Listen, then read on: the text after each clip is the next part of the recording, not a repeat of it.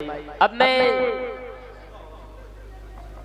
مقرر خصوصی حضرت مولانا محمد مفتی عزیر صاحب دامت برکاتہ العالیہ، میں ان سے گزارش کرتا ہوں کہ وہ آئیں اور اپنے خوش الحان انداز سے اور خطابانہ انداز سے ہم سبھی سامعین کو منور و مجلہ فرمائیں اور اپنی بہت خوبصورت انداز سے تقریر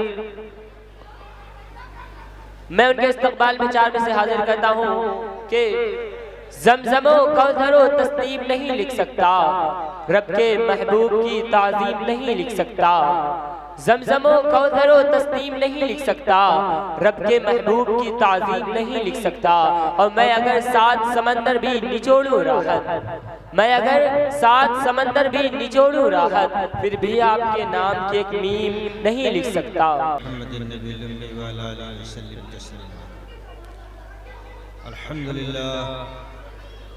الحمدللہ نحمده ونستعینه ونستغفره ونؤمن به ونتوکل علیہ ونعوذ باللہ من شرور انفسنا ومن سیئات اعمالنا من يهده الله فلا مضل له ومن يضلله فلا هادي له ونشهد أن لا إله إلا الله وأشهد أن محمدا عبده ورسوله أما بعد فأعوذ بالله من الشيطان الرجيم بسم الله الرحمن الرحيم لقد من الله على المؤمنين إذ بعث فيهم رسولا من أنفسهم۔ صدر جلسہ، معزز سامعین کرام، شعراء کرام، تمامی سامعین کرام، نہ بیان کا وقت باقی بچا ہے، نہ آپ میں اور ہم میں کوئی صلاحیت باقی بچی ہے۔ بس چند جملے میں عرض کیے دیتا ہوں، ہو سکتا ہے ہماری اور آپ کی نجات کے لیے اللہ پاک قبول فرما کے مغفرت کا ذریعہ بنا دے۔ بھئی ان بچوں کو ذرا خاموش کر لو، خالی 5 منٹ لیں گے ہم۔ ابھی شعراء کرام بھی تشریف فرمائے، آپ ان کا کلام سنیں گے۔ میرے دوستو، قرآن مقدس کی جو آیت میں نے پڑھی ہے، اللہ رب العزت نے ارشاد فرمایا لقد من اللہ علی المؤمنین اذ بعث فیہم رسولا من انفسہم۔ یوں تو میرے رب کے احسانات مخلوق کے اوپر بے شمار،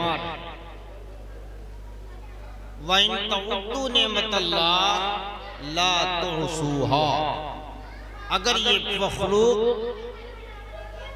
اللہ کے احساناتوں کو شمار کرنا چاہے تو یہ ناممکن ہے، اس قدر احسانات۔ آگے اللہ ارشاد فرما رہے ہیں کہ جن نعمتوں کو ہم نے تمہیں عطا فرمایا ہے، ان نعمتوں سے لطف اندوز ہو اور میرا شکر ادا کرو۔ ایمان والوں غور رکھنا، اگر تم میری نعمتوں کا شکریہ ادا کرتے رہو گے تو یہ میرا ضابطہ ہے کہ میں اپنے انعامات میں اضافہ کرتا رہوں گا،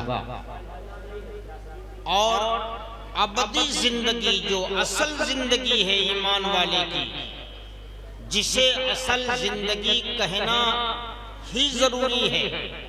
دنیا کی زندگی تو بہت عارضی زندگی ہے، اس کے بعد جو ایک زندگی شروع ہونے والی جسے ابدی زندگی کہتے ہیں، جہاں کبھی موت نہیں آئے گی دوبارہ۔ قرآن کہہ رہا ہے کہ میری نعمتوں کا شکریہ ادا کرنے کے وجہ سے میں ابدی زندگی میں تمہیں پوری راحت عطا کر دوں گا۔ تمام احسانوں کے باوجود بالخصوص امت مسلمہ کے اوپر اللہ نے جو ایک عظیم الشان احسان کیا ہے، قرآن مقدس کی اس آیت کے اندر اللہ نے اس احسان کا تذکرہ کیا ہے، وہ میرے نبی کے متعلق ہے۔ بند کر دے بھیا،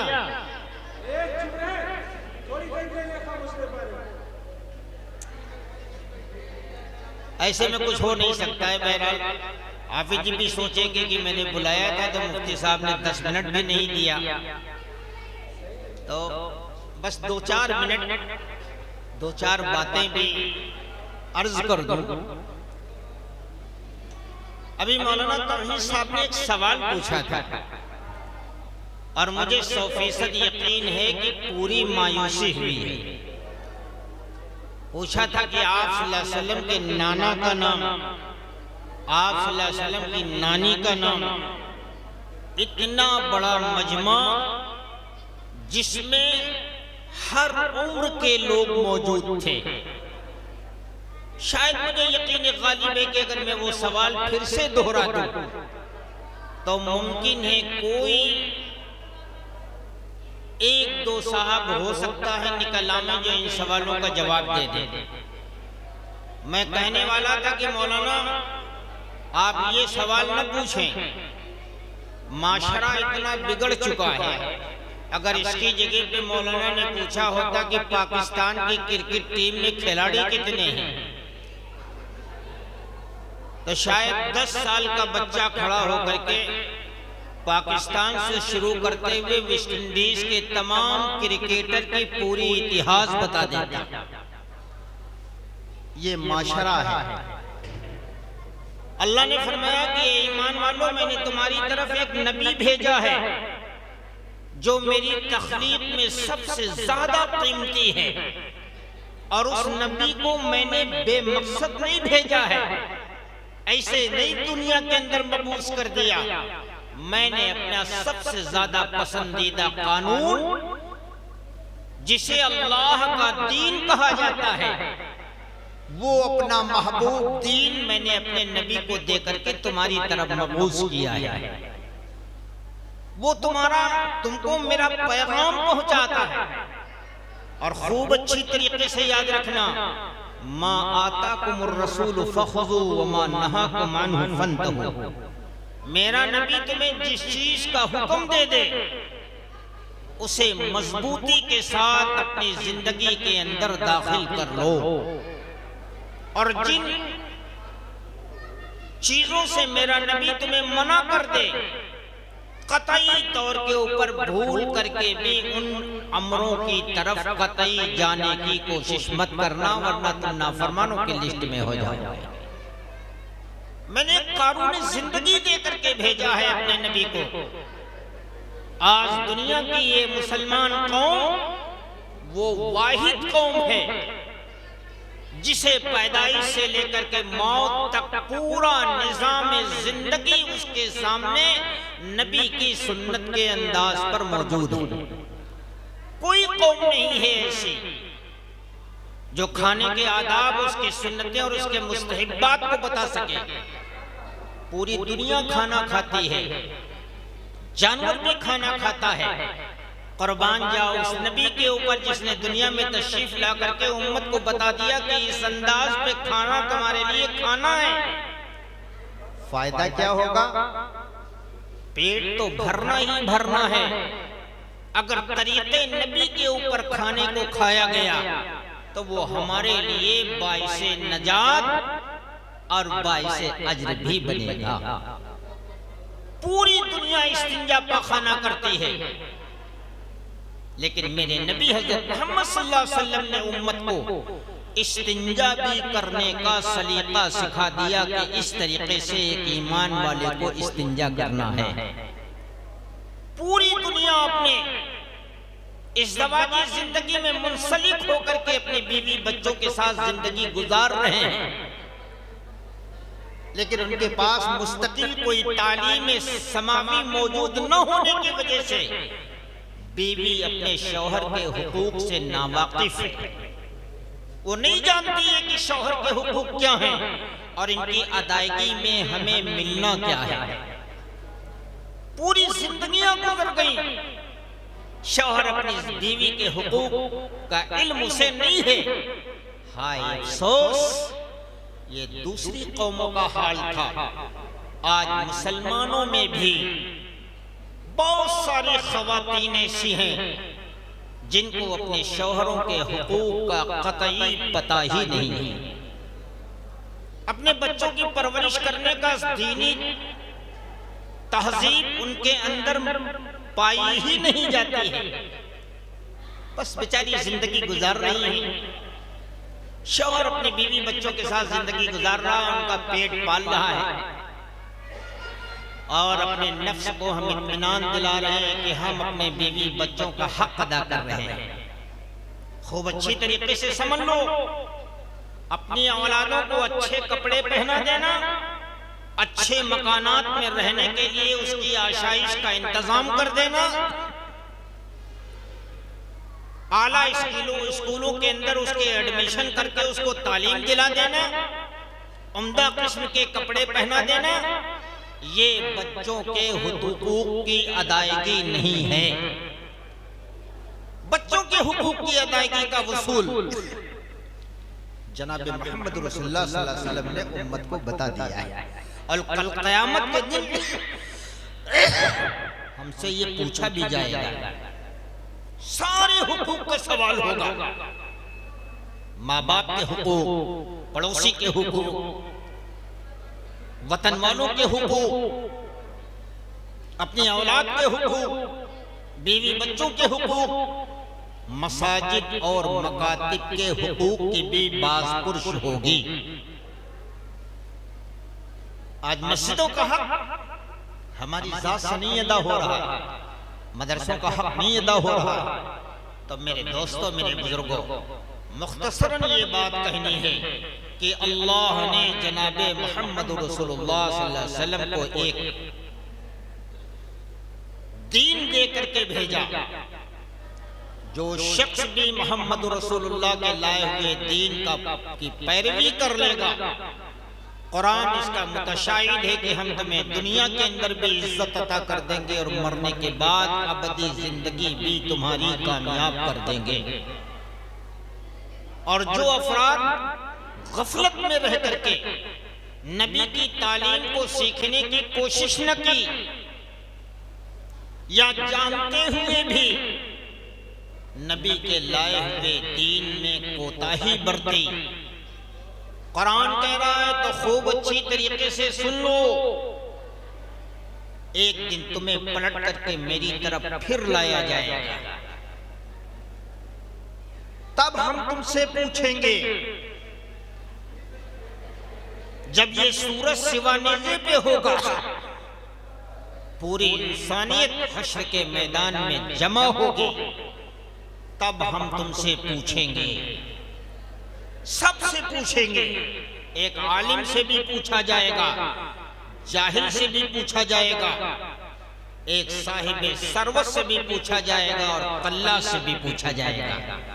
ان سوالاتوں کا وقت ہے کہ ہم ابھی سے تیاری کریں اور اس کے مطابق زندگی گزار کر کے اس دنیا سے جائیں، تاکہ ابدی زندگی میں ہمیں ذلت اور خواری کا سامنا نہ کرنا پڑے۔ اگر خدا نخواستہ آج ان مدارس کے حقوق کے ادائیگی میں ہم کوتاہی کرتے رہے اور آنے والی نسل کو اللہ کا صحیح پیغام نہیں پہنچا، اس کا بھی سوال کل قیامت کے دن ہم سے کیا جائے گا۔ اس وجہ سے یہ طے کرو کہ سب سے بڑا تعاون مدرسے کا یہ ہے کہ اپنی اولادوں کو مدرسے کے اندر بھیجیں۔ خوب اچھی طرح سمجھ لو، میں نہیں بلکہ پوری شریعت کی میں ترجمانی کر رہا ہوں۔ شریعت محمدی میں کہیں بھی انگلش کی تعلیم کو منع نہیں کیا گیا۔ ہمارے اکابرین کی ایک بہت دیرینہ خواہش ہے بزرگوں کی کہ ہماری قوم کے بچے انگلش میڈیم سے پڑھ کر کے آئی ایس بنے، پی سی ایس بنے، وکلا کی فہرست میں جائیں، مجسٹریٹ بنے اور بڑے بڑے عہدوں کے اوپر فائز ہوں، لیکن پہلے دین کی بنیاد اتنی پختہ ہو جائے کہ وہ مجسٹریٹ کی کرسی پر بھی بیٹھ کر کے انہیں اس چیز کا استحضار باقی رہے کہ ہم غلام نبی پہلے ہیں، مجسٹریٹ بعد میں ہیں، ہم محمد رسول اللہ کی شریعت کے پابند پہلے ہیں، اس کرسی کے اوپر بیٹھنے والے صاحب بعد میں ہیں۔ اتنی بنیاد پختہ ہو جائے، اور یہ بنیاد پختہ ہوگی مدارس کے ماحول سے۔ کالجوں میں تعلیم تو دنیا میں ملے گی، میں منع نہیں کرتا ہوں، لیکن پہلے اپنے بچوں کو مکتب کے ماحول میں دین کی پختگی پیدا کرو۔ ابھی مولانا نے یہی بات کہی تھی، مکتب کے ماحول سے فرصت نکال کر کے 1 گھنٹہ اپنے گھر کے اندر ہم بھی دین کی تعلیم میں مصروف رہیں۔ آج دعوت کے لائن سے کہا جاتا ہے گھر کی تعلیم، مسجد کی تعلیم، گھر کی تعلیم، یہ دونوں لازمی جز ہیں۔ ان دونوں تعلیموں میں سے اگر کوئی تعلیم چھوٹتی ہے تو یہ سمجھ لینا کہ پھر ایمان پر باقی رہنے کے خدشات بڑھتے رہیں گے، ایمان پر موت تک باقی رہیں۔ قبر کے مسئلہ حل کرانے کے لیے اللہ کے دین کی وابستگی ضروری ہے، یہ آئے گی مدارس کے لین سے ہمارے بچوں کی زندگی میں، دعوت کے لین سے ہمارے اور ہمارے گھر والوں کی زندگی میں، اور تمام امت مسلمہ کی زندگی میں اللہ کے نبی کا دین دعوت کی مبارک محنت سے داخل ہوگا۔ اس کے لیے عزائم بھی کریں، ارادے بھی کریں، تیار بھی ہوں کہ ہم پہلی فرصت میں اپنی آخرت کو بنانے کے لیے اللہ کی راہ میں نکلیں گے انشاءاللہ۔ وآخر الدعوانا الحمدللہ رب العالمین۔ اب حضرات شعراء کرام موجود ہیں۔ اللہم صلی علی محمد وعلی آل محمد کما صلیت علی ابراہیم وعلی آل ابراہیم انکا حمید مجید۔ ربنا ظلمنا انفسنا وَإِن لَّمْ تَغْفِرْ لَنَا وَتَرْحَمْنَا لَنَكُونَنَّ مِنَ الْخَاسِرِينَ۔ اے ہمارے خالق، ہمارے مالک، اے معبود برحق، اے زمین اور آسمان کے خلاق عالم، ہم تیری مخلوق ہیں، نہایت کمزور ہیں، نہایت بدعمل ہیں۔ اے اللہ، ہم سب نے اپنے نفسوں کے اوپر تیرے نبی کی نافرمانی کر کے اور تیرے حکموں کو پشے پش ڈال کر کے بڑے خسارے کا سودا کیا ہے۔ اے اللہ، ہم نے اپنے آنکھوں سے دیکھتے دیکھتے اپنے آخرت کی تباہی کا انتظام کیا، ہمیں اس بات کا اعتراف ہے مولا۔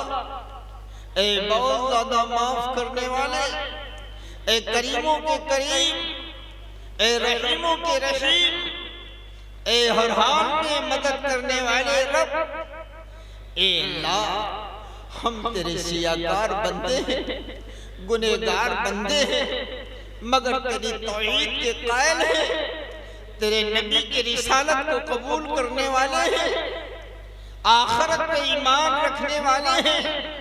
اے اللہ، ہمیں اپنے قصوروں کا اعتراف ہے، ہم عاجزانہ طور پہ، مجرمانہ طور پہ تیرے دربار میں حاضر ہیں اور اپنے ہاتھوں کو پھیلائے ہوئے ہیں۔ اے پوری کائنات کے نظام کو چلانے والے رب، ہم فقیروں کی جھولی کو اپنی رحمت سے بھر دے۔ یا اللہ، ہم ہاتھ پھیلا دے، تجھ سے اپنی مغفرت کی درخواست کرتے ہیں۔ اے اللہ، ہم اپنے گناہوں کے معافی کی درخواست کرتے ہیں۔ یا اللہ، جو کچھ بھی عالم میں ہو رہا ہے یہ ہماری نافرمانیوں کا نتیجہ ہے۔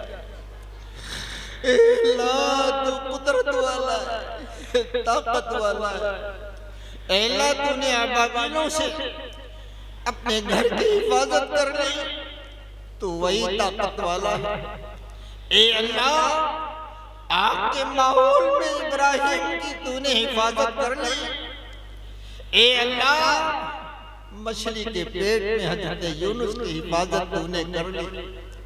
اے اللہ مستجاب دعا تھے، تیرے نیک بندے تھے، جب تیرے سامنے ہاتھ اٹھایا کرتے تھے اے اللہ تیرا غضب ٹھنڈا ہو جاتا تھا اور تو کرم کرنے پہ آمادہ ہو جاتا تھا۔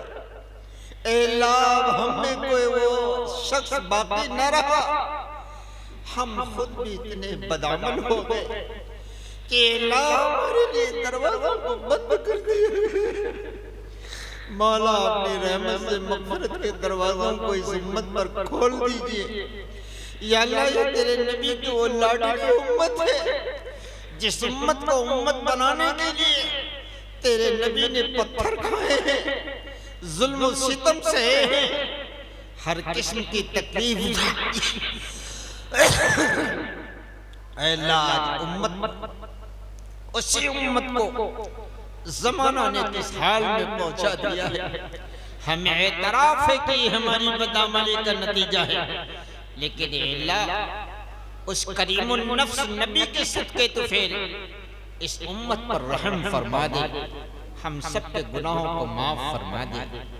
اے اللہ اس مدرسے کو اور اس کے مومنین کو، اس کی کمیٹی کے افرادوں کو، اس مدرسے کا تعاون کرنے والے اور مدرسے سے محبت کرنے والے، اس کے اساتذہ اکرام اور عوام الناس اور خواتین، اے اللہ ہر چھوٹا بڑا جو بھی مدرسے سے منسلک ہے، اے اللہ اس کو آپ اپنے فضل اور کرم سے دنیا اور آخرت کی نعمتوں سے نواز دے، اس مدرسے کو دن دونی رات چوگنی ترقی نصیب فرما دے، ان کے اساتذہ کی عمروں میں برکت نصیب فرما دے۔ اے اللہ ان کے علم کا فیض بہت دیر تک دنیا میں قائم رہنے کی فضائیں بنا دے۔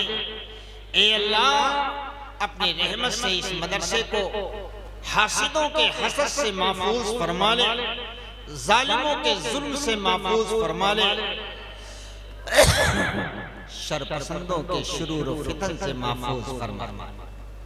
اے اللہ اس جلسے کے کرانے اور سنوارنے کے سلسلے میں جن جن بزرگوں نے، دوستوں نے، ساتھیوں نے، نوجوانوں نے، مردوں نے اور عورتوں نے، اساتذہ نے اور بچوں نے جس لائن کی خدمت کی ہے، بھاگے دوڑے ہیں، پسینہ بہایا ہے، رقمیں خرچ کی ہیں، ساری جماعت کا مقصد تیرے دین کا پرچم بلند ہو جائے، کوئی دوسرا مقصد نہیں ہے۔ اے اللہ اگر شیطان نے نیت میں رخنہ اندازی کر دی ہو، اس کی بھی ہم مغفرت چاہتے ہیں۔ اے اللہ ہر ایک کے ہر قسم کی محنت کو اور خرچ کو قبول فرما لے، اور قبول فرما کے آخرت کے لیے نجات کا ذریعہ بنا دے۔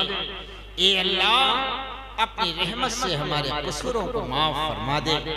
اپنے پیارے حبیب جناب محمد رسول اللہ صلی اللہ علیہ وسلم کی جوتیوں سے جو خاک گر گئی ہے، اس خاک کے صدقے طفیل ہم سب کا ایمان کامل پہ خاتمہ مقدر فرما دے۔ قبر کے عذاب سے ہماری حفاظت فرما لے۔ اللہ موت سے پہلے پہلے حرمین شریفین کی زیارت مقدر فرما دے۔ یا اللہ جو مانگا گیا ہے اور جو مانگنے سے رہ گیا ہے یا مانگنا چاہ رہے تھے، تو جانتا ہے کہ ہم ایسے قلاش اور فقیر ہیں کہ ہمیں تجھ سے مانگنے کا بھی سلیقہ نہیں آتا۔ اے اللہ بس تو اپنے کرم سے وہ چیز بھی عطا کر دے جس کی ہمیں ضرورت ہے۔ اے اللہ جو دنیا سے بھی تعلق رکھتی ہو اور ابدی زندگی سے بھی تعلق رکھتی ہو، یا اللہ ہمارے درمیان سے جانے والوں کی مغفرت فرما دے۔ اے مولا جو بیمار ہیں انہیں صحت کاملہ نصیب فرما دے۔ اے اللہ پورے ملک کے اندر امن اور شانتی کی ہواؤں کو قائم فرما دے۔ اے اللہ بھائی چارگی کو زندہ فرما دے، ایک دوسرے کے لیے محبت اور خلوص کے ساتھ اپنے ملک میں رہنے کی توفیق نصیب فرما دے۔